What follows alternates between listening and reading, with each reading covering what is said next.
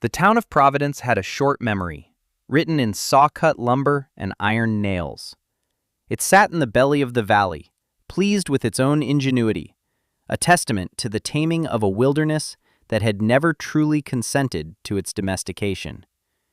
Its people believed in straight lines, in the certainty of a deed, and in the authority of men like Mr. Silas Croft, the land agent. Mr. Croft was a man whose confidence was as solid and square as the new county courthouse he had championed. He believed in progress, which was to say, he believed in the erasure of what came before. Ilara was what came before. At 17, she was a relic, a loose thread in the tightly woven fabric of Providence. Her parents were gone, taken by a fever that had respected neither prayer nor property lines, leaving her with little more than a surname and a small, sullen plot of land down by the river bend. The cabin that squatted upon it was her inheritance, a collection of chinked logs and wind-worn shingles that seemed to be in a constant state of apology for its own existence. It was considered the worst land in the county, low, boggy in the spring, and situated well outside the protective embrace of the town's newest and proudest achievement, the Croft Levee. The levee was a long, earthen rampart, built high and fast, a clean line drawn between the town and the river, between safety and whatever lay beyond. Silas Croft saw it as a monument to modern thinking, a final answer to the river's seasonal arguments. That autumn, the arguments of nature were louder than usual. The snows began early in the high peaks, piling in silent, ominous drifts that choked the passes. Old-timers, men whose memories were written in scars and frostbite, would look to the white-capped mountains and mutter. They spoke of the winter of '48, a year of deep snow followed by a ravenous spring thaw that had turned the valley into a muddy, churning sea. But their stories were dismissed as the ramblings of the past, irrelevant in an age of calculated engineering and civic foresight. Providence was safe behind its wall. Ilara was not.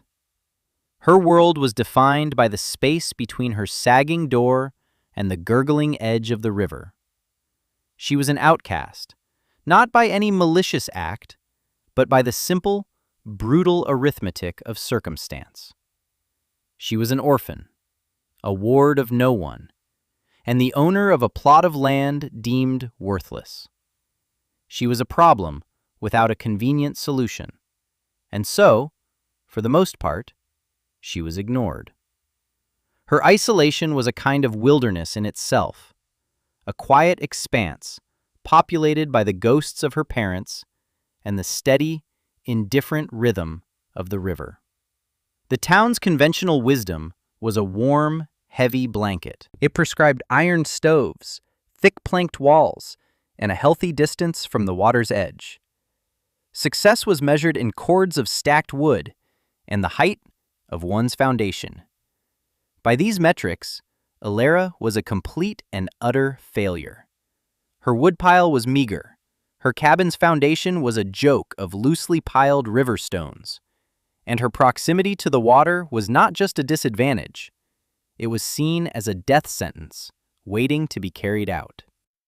This sentence was to be formally pronounced by Mr. Silas Croft himself. The first snows of the season had already dusted the valley floor when he rode out to her cabin, not alone, but with 2 members of the town council. It was an official visit, an act of civic procedure. He did not dismount, his horse shifting impatiently as he looked down at Ilara, who stood in the doorway, her hands tucked into the frayed sleeves of her father's old coat. "Ilara," he began, his voice carrying the easy authority of a man unaccustomed to being questioned. "The council has reviewed the disposition of these lands, your parcel specifically." He paused, letting the weight of his words settle in the cold air. "Given the unprecedented snowpack in the mountains, we are anticipating a vigorous spring thaw. The levee will protect the town, of course. It is engineered for a 100-year flood." He gestured vaguely with a gloved hand toward her cabin, then toward the river. This land, however, is indefensible. It lies in the floodplain, a fact your father, in his optimism, chose to ignore. The dismissal was delivered with a veneer of paternal concern, a thin layer of sugar over a pill of cold, hard fact. We have declared the plot uninsurable and, frankly, uninhabitable through the coming spring. The town makes you this offer, a pittance for the deed, to clear the county rolls and a place for you at the workhouse until you can be properly situated. A place at the workhouse. It was a prison of charity, a life of gruel and gratitude. It was the end of the line. "This is my home," Alara said, her voice quiet but not trembling. Mr. Croft sighed, a sound of strained patience. "Child, this is not a home. This is a temporary arrangement on land the river has simply not yet bothered to reclaim. We cannot fight nature. We can only manage our affairs with wisdom and foresight. Your presence here is neither." He looked at the councilman, who nodded in solemn agreement. This was not a negotiation. It was a verdict. "I will not sell," she said. A flicker of annoyance crossed Croft's face. He had expected tears, or at least a grateful acceptance of his magnanimity. He was not prepared for resolve. "Then you are a fool," he said, the sugar-coating gone completely. "You will be washed away. The town will not be responsible for your folly. We have made our offer. It will not be made again." They wheeled their horses around and rode away, leaving Alara in the long shadow of their certainty. The sentence had been passed. She was condemned to the flood, her life and her home written off as a regrettable but necessary loss.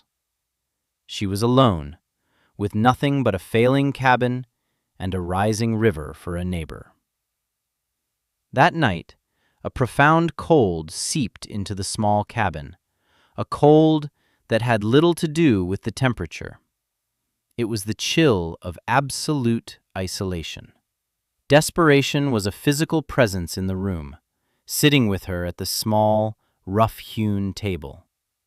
She looked at the peeling whitewash on the log walls, at the hearth where no fire burned, and felt the immense, crushing weight of her own insignificance. The world, as represented by Mr. Silas Croft and the town of Providence, had looked at her and seen nothing worth saving. She was a loose end, and the coming flood was meant to be the final snip of the shears. It was in this state of quiet despair that she decided to clean. It was a pointless act, a rebellion of inches against a tide of miles, but it was something to do. Her mother had always said that a clean space made for a clear mind. She started with her grandmother's old sea chest, a heavy, dark wood box that had sat in the corner for years, unopened. Her grandmother, Anya, had been a stranger to this valley, a woman from the old country, a place of windmills and land reclaimed from the sea. She had died before Alara truly knew her, leaving behind only this chest and a handful of strange, guttural words that Alara's mother would sometimes murmur. The lock was rusted shut. Alara used the hearth poker to pry it open, the screech of metal on metal a lonely sound in the silent cabin. Inside, beneath a layer of moth-eaten linens, was a leather-bound journal. The leather was cracked and dry, the pages yellowed and smelling of thyme and salt. It was filled with her grandmother's handwriting, a spidery, elegant script in a language Alara could not read. But it was also filled with drawings. They were not artistic sketches, but technical diagrams, drawn with a precise, steady hand. There were cross-sections of earth, showing layers of sand, clay, and stone. There were detailed illustrations of sluice gates and simple, ingenious wooden pumps. And then she saw it. A drawing of a small house, not unlike her own, sitting on a gentle mound of earth. Encircling the house was not one, but a series of concentric ditches, each one connected to the next by small, angled channels. Arrows, the universal language of physics, showed the flow of water. It was a blueprint, a plan. Flipping through the pages, Alara found more. Diagrams of how the earth removed from the ditches was to be packed and layered around the cabin's foundation, creating a wide, stable berm. Detailed drawings of how to line the channels with flat stones to prevent scouring. A particularly intricate sketch showed a deep pit on the downstream side of the house, with a leather and wood flap at the bottom. A simple check valve, designed to let water out, but not in. The words were foreign, but the pictures spoke a language of gravity, pressure, and flow that she could understand. Her grandmother had not just lived with water, she had negotiated with it. The philosophy laid out in these drawings was profoundly different from the one that had built the Croft levee. The levee was a wall, a declaration of war. It was an act of defiance. Anya's drawings depicted a system of yielding. It was not about stopping the water. It was about persuading it. It was about giving the immense energy of the flood a path of least resistance, a way to go around rather than through.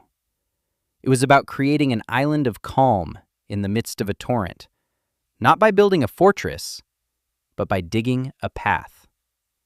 A spark ignited in the cold ashes of Alara's despair. It was a fragile, flickering thing, but it was warm. This was not just a collection of drawings. It was a legacy. It was a piece of forgotten knowledge, a wisdom that had been carried across an ocean only to be packed away in a dusty chest. Mr. Croft had called her a fool for staying. He had said, one could not fight nature. Her grandmother, it seemed, had agreed. She hadn't fought it. She had listened to it, learned its language, and coaxed it into a partnership. She began that very day. The next morning, with the first pale light of dawn striping the sky, Alara took her father's pickaxe and shovel from the lean-to. The tools were heavy, the wooden handles worn smooth by his hands. The ground was hard, the top few inches frozen solid. Her first swing of the pickaxe sent a jarring shock up her arms, a painful ringing that vibrated all the way to her teeth. The iron head barely scratched the surface. This was the beginning of the labor. It was a brutal, monotonous, and solitary war against the earth. Each swing of the pickaxe was a punctuation mark in a long, grueling sentence. Each shovelful of dirt was a word. She was writing a new story for herself, one shovelful at a time. Her hands, soft from a season of indoor chores, were raw by noon. By nightfall, they were blistered. The next day, the blisters broke, leaving weeping, open sores that she wrapped in strips of cloth. She learned the language of the soil beneath her feet. The topsoil was thin, a dark, rich layer that gave way quickly to a dense, stubborn clay shot through with rocks. Each rock was an enemy, a puzzle to be solved. Some could be pried out with the shovel. Others required the pickaxe, chipping away at the clay around them, slowly, painstakingly, until they could be wrestled free. The largest ones had to be dug around completely, then rolled up a makeshift ramp of planks and out of the trench. These she saved, piling them to one side for later use. She was following the diagram in her grandmother's journal. The first, outermost trench was to be the largest, a full 6 feet wide and 4 feet deep. She measured it out with a piece of twine, a perfect circle scribed in the frosty grass, with her cabin at its center. The scale of the undertaking was terrifying. It seemed impossible. But she broke it down into manageable pieces. 1 foot of trench, then another. 1 wheelbarrow load of earth, then another. The earth she excavated was not waste. It was the building block of her salvation. Following Anya's drawings, she began to build up the ground around her cabin's foundation. This was not just a matter of piling dirt. The journal showed a cross-section of compacted layers. She would lay down a 6-inch layer of the heavy clay, rake it smooth, then use a heavy log, a discarded fence post, as a tamper. She would walk back and forth, raising and dropping the heavy post, pounding the earth until it was as hard as brick. Thump, thump, thump. The sound was a steady, rhythmic heartbeat, the only music in her silent world. Then, another layer. Then, more tamping. She was creating a berm, a gentle, sloping mound that raised her cabin a precious 2 feet higher than the surrounding land. This was the donk, the artificial hill that was the first line of defense. Days blurred into weeks. Her body changed. The soft lines of her youth hardened into the dense, ropey muscle of a laborer. The ache in her back and shoulders became a constant, low thrum, a reminder that she was alive and fighting. She worked through the biting wind, through the light, persistent snows of early winter. She grew gaunt, her face thin, her eyes large and dark in their sockets. But they were not the eyes of a victim. They were the eyes of a builder. The town, for the most part, left her alone. Her defiance of Mr. Croft had been noted and dismissed. She was a cautionary tale, a ghost already haunting the floodplain. But occasionally, riders would pass on the high road and stop, staring down at the strange sight. A lone girl, day after day, digging a moat around her hovel. The mockery, when it came, was inevitable. Mr. Croft himself rode out one afternoon, this time with a prospective buyer for a plot of land on the high ground. He pointed down at Alara, who was hauling a rock from the trench, her face smudged with dirt, her breath pluming in the cold air. "And there," Croft said, his voice loud enough for her to hear, "is what we call settler's folly. A prime example of what happens when sentiment overrules sense. Digging her own grave, it seems." The man beside him chuckled. "Playing at castles, is she? A child's ditch against the wrath of God." They laughed, a sharp, cruel sound that echoed across the frozen ground. Alara did not look up. She did not shout back. She simply braced her feet, gripped the cold stone, and heaved it out of the trench. Their laughter was just a noise, like the wind in the trees or the cawing of crows. It could not stop her. It could not fill in the trench. It was meaningless. Her work was real. The dirt under her fingernails was real. The pain in her muscles was real. She finished the outer trench. It was a massive circular scar on the land, a testament to her unyielding will. Then she started on the second, inner trench, as per the journal. This one was smaller, shallower, a secondary line of defense designed to catch any water that might seep through the berm. The earth from this trench was used to build up the berm even higher, to reinforce its slopes. Next came the stonework. She took the flat river stones she'd been saving and began to line the small, angled channels that connected the outer trench to the river. She also lined the bottom of the main trench at the points where the current would be strongest, creating a riprap that would prevent the water from scouring away the soil and collapsing the walls. It was like building a puzzle, fitting each stone against the next, creating a strong, interlocking surface. Her grandmother's drawings showed how the stones should be angled, how they should overlap. It was a craft, a science, born of generations of observation. The final piece of the system was the sump. On the downstream side of her cabin, inside the second trench, she dug a deep, narrow pit, a full 10 feet down, well below the frost line. It was the most dangerous part of the work. She had to line the walls with planks as she went to prevent a cave-in. At the bottom, she carved a channel leading out back toward the river. And in this channel, she installed the check valve. It was a simple, elegant device, built exactly to Anya's specifications. A heavy leather flap reinforced with hardwood, was hinged inside a wooden frame.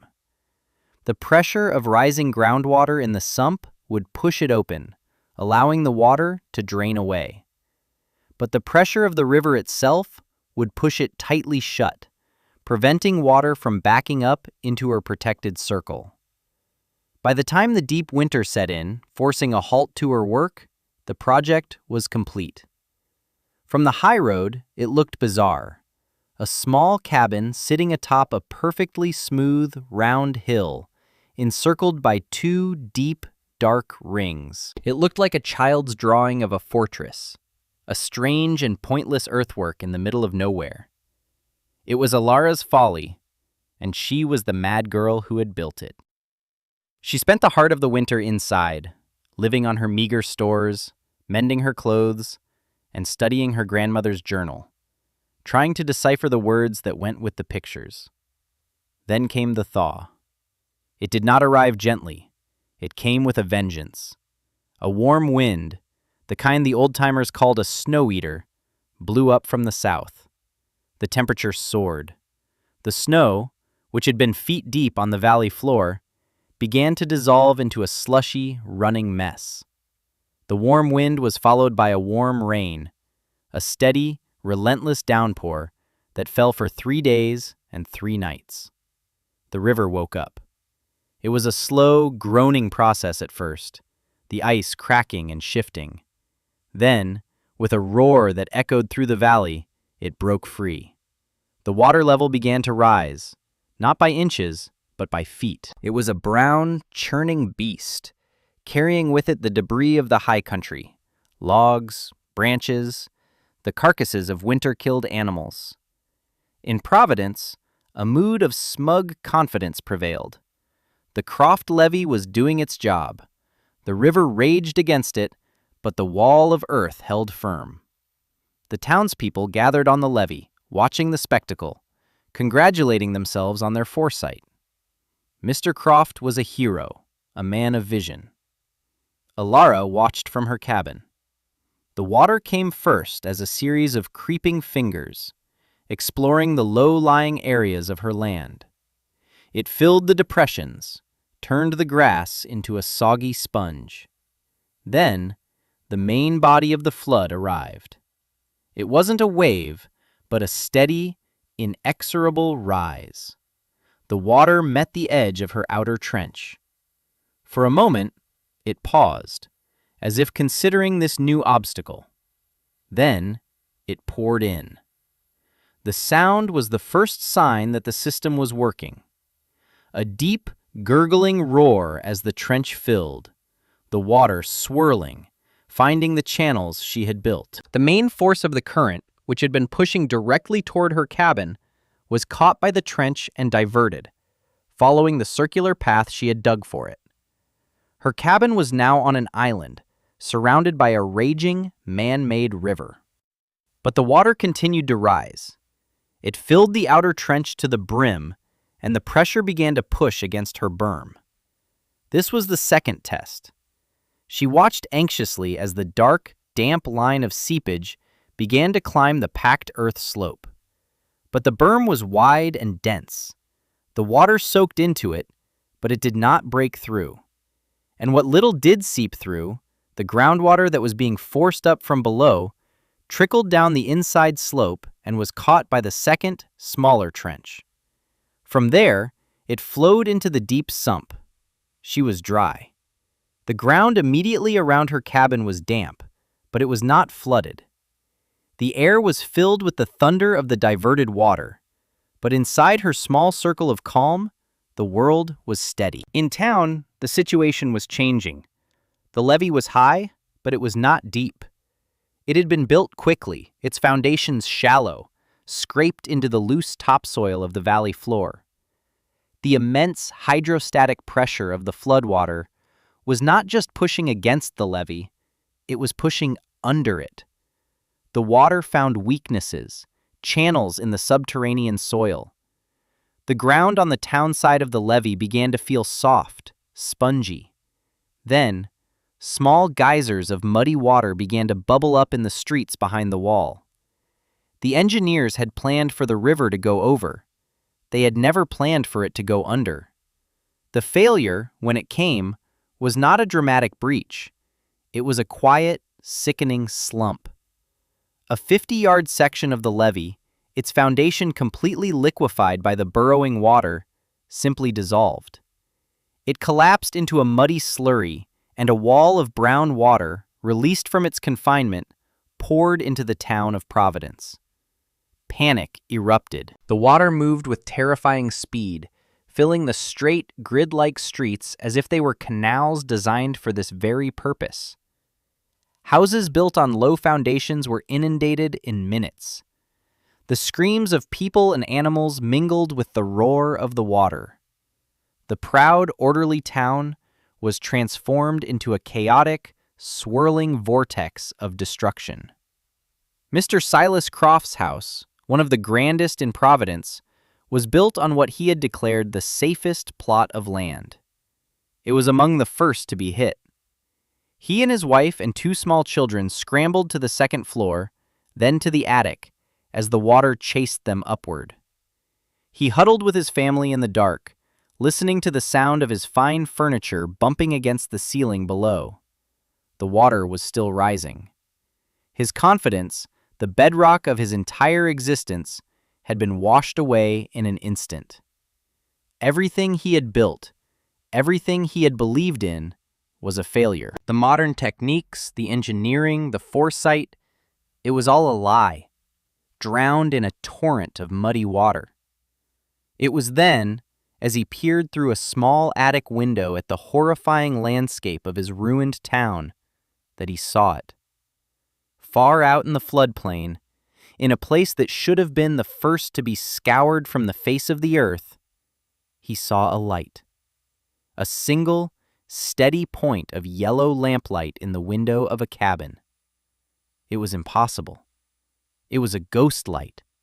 It was a trick of the mind. The girl, Ilara, should be dead, her cabin smashed to splinters and washed halfway to the next state. Yet the light burned, a calm, unwavering beacon in the storm. A desperate, irrational hope seized him. It was the hope of a drowning man reaching for anything that floats. His small skiff, which he used for duck hunting, was tied to the rafters in the attic. With frantic energy, he and his wife managed to lower it through the window into the churning water below. He got his family into the boat, then pushed off from the side of his own submerged house. The journey was a nightmare. The current was a treacherous, unpredictable thing, full of submerged obstacles and deadly eddies. He had no destination other than the light. He poled and paddled, his muscles screaming in protest, his mind numb with fear and a dawning, terrible awe. He was navigating the ruins of his own certainty.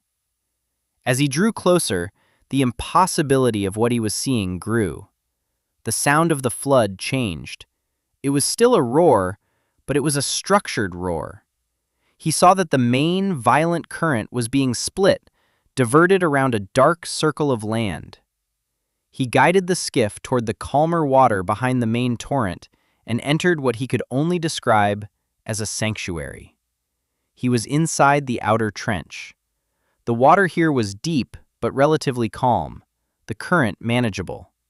And in the center, on its island of packed earth, stood the cabin, intact, unharmed. A thin ribbon of smoke rose from its stone chimney, a sign of life so normal, so mundane, that it seemed like a miracle. The lamplight shone from the window, warm and inviting. He pulled the skiff right up to the edge of the berm. He was exhausted, soaked to the bone, and shivering uncontrollably. He looked through the window. The sight that met his eyes would be burned into his memory for the rest of his life. Ilara was sitting at her table. In her hands was a sock she was mending. The lamplight cast a gentle glow on her face, which was calm and focused. The cabin was a small, self-contained world of warmth and peace, floating in the middle of a watery apocalypse. She was not just surviving, she was living. She looked up, her eyes meeting his. There was no triumph in her gaze, no, "I told you so." There was only a quiet, solemn understanding. She had seen this coming, and she had prepared. She rose from her chair and opened the cabin door. The warm air, smelling of wood smoke and dried herbs, washed over him. "There is room," she said. Her voice was not loud, but it carried over the sound of the water. He stumbled out of the skiff, helping his wife and children onto the damp but solid ground of the berm. They entered the small, one-room cabin. It was crowded and simple, but it was warm and it was dry. It was the safest place in the world. His was not the only family to see the light. Over the next few hours, other boats arrived, filled with the desperate, terrified refugees of Providence. They came from all walks of life: the blacksmith, the baker, the councilman who had nodded along with Croft's verdict. Each arrived in a state of shock and disbelief, poling their skiffs into the calm water of Alara's trench. And to each one, she opened her door. Her small cabin, the folly that had been the object of their ridicule, became an ark. She took in 3 families, then a 4th. They huddled together on the floor, on the bed, anywhere they could find space. They were the very people who had condemned her, now seeking salvation at her hearth. The air in the cabin was thick with the smell of wet wool and fear. But it was also thick with a profound, unspoken shame. They were all witnesses to the catastrophic failure of their own wisdom and the stunning success of the girl they had dismissed as a fool. Finally, in the crowded, lamplit silence, Mr. Silas Croft looked at Alara. The arrogance that had been his defining feature was gone, stripped away by the flood, leaving behind a raw, humbled man. His face was a mask of grief and confusion. "How?" he asked. His voice was a broken whisper, the question directed not just at her, but at the universe that had so completely upended his understanding of it. The levee, the engineers. It was built to the highest specifications. Alara did not answer immediately. She simply picked up the worn, leather-bound journal from her table and placed it in his hands. He opened it, his hands trembling slightly. He stared at the intricate drawings, the strange, foreign script. He saw the cross-sections of the trenches, the diagrams of the berm, the detailed sketch of the check valve. It was a language he did not speak, but he understood its grammar perfectly. "My grandmother knew water," Alara said softly, her voice just loud enough to be heard over the sleeping breath of the children on the floor. "She came from a land that was born from it. She taught that you do not fight the water. You do not build a wall and declare victory. That is pride, and the river always humbles pride." She pointed to a diagram of the concentric circles. She listened to it. She learned where it wanted to go, and she gave it a better path. A path around, not through.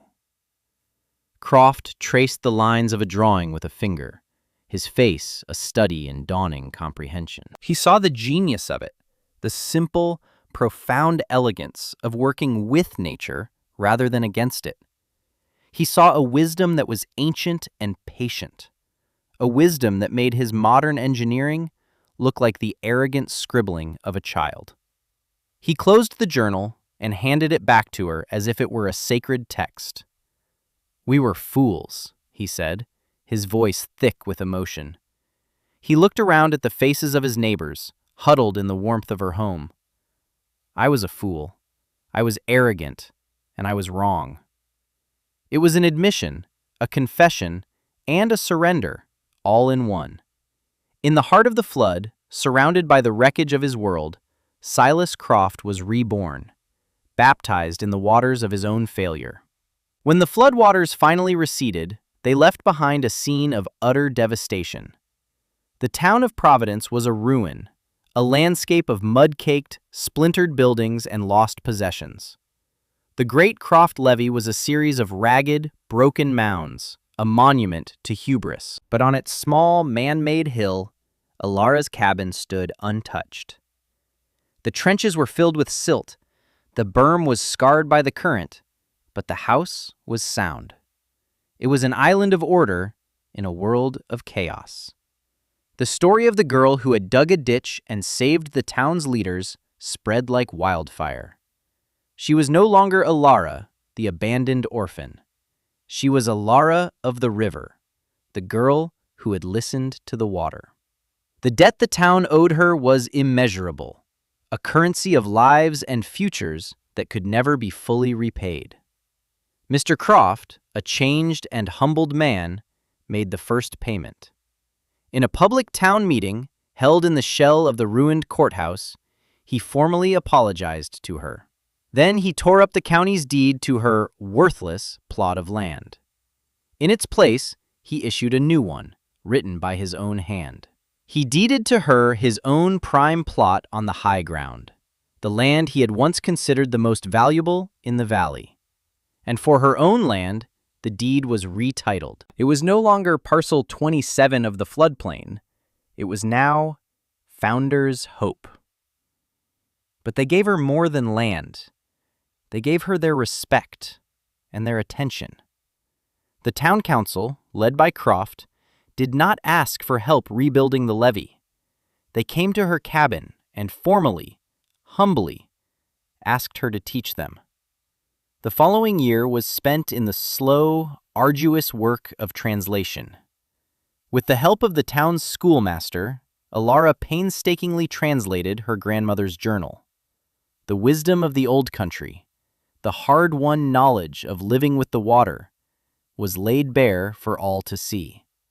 It became the new blueprint for Providence. The town was not rebuilt in the same place, nor in the same way. Guided by Anya's principles and Alara's quiet counsel, they moved the town center to higher ground. The new houses were not built on flat lots, but on wide, gently sloping earthworks, each a small version of Alara's berm. The grid of streets was replaced with a network of gentle curves, interlaced with grassy swales and drainage canals that were designed to channel future floodwaters safely through the town and into a newly designated spillway. They learned to see the river not as an enemy to be walled off, but as a powerful partner to be respected and accommodated. Alara, the girl who had once been an outcast, became the quiet, revered center of her community. She never married, never sought power or position. She became the keeper of the knowledge, the water sage, a living link to an ancestral wisdom that had saved them all.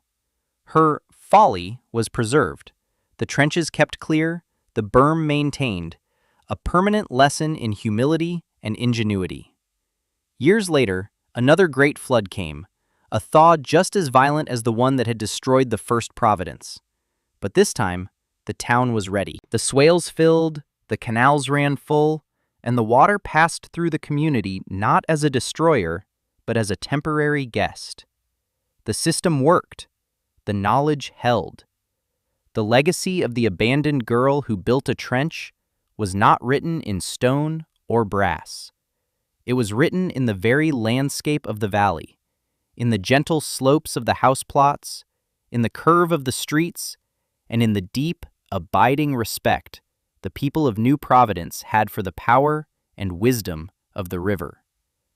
The forgotten knowledge, once locked away in a dusty chest, had become their most sacred trust, a gift from a grandmother they had never known, delivered by the hands of the girl they had once been so quick to condemn.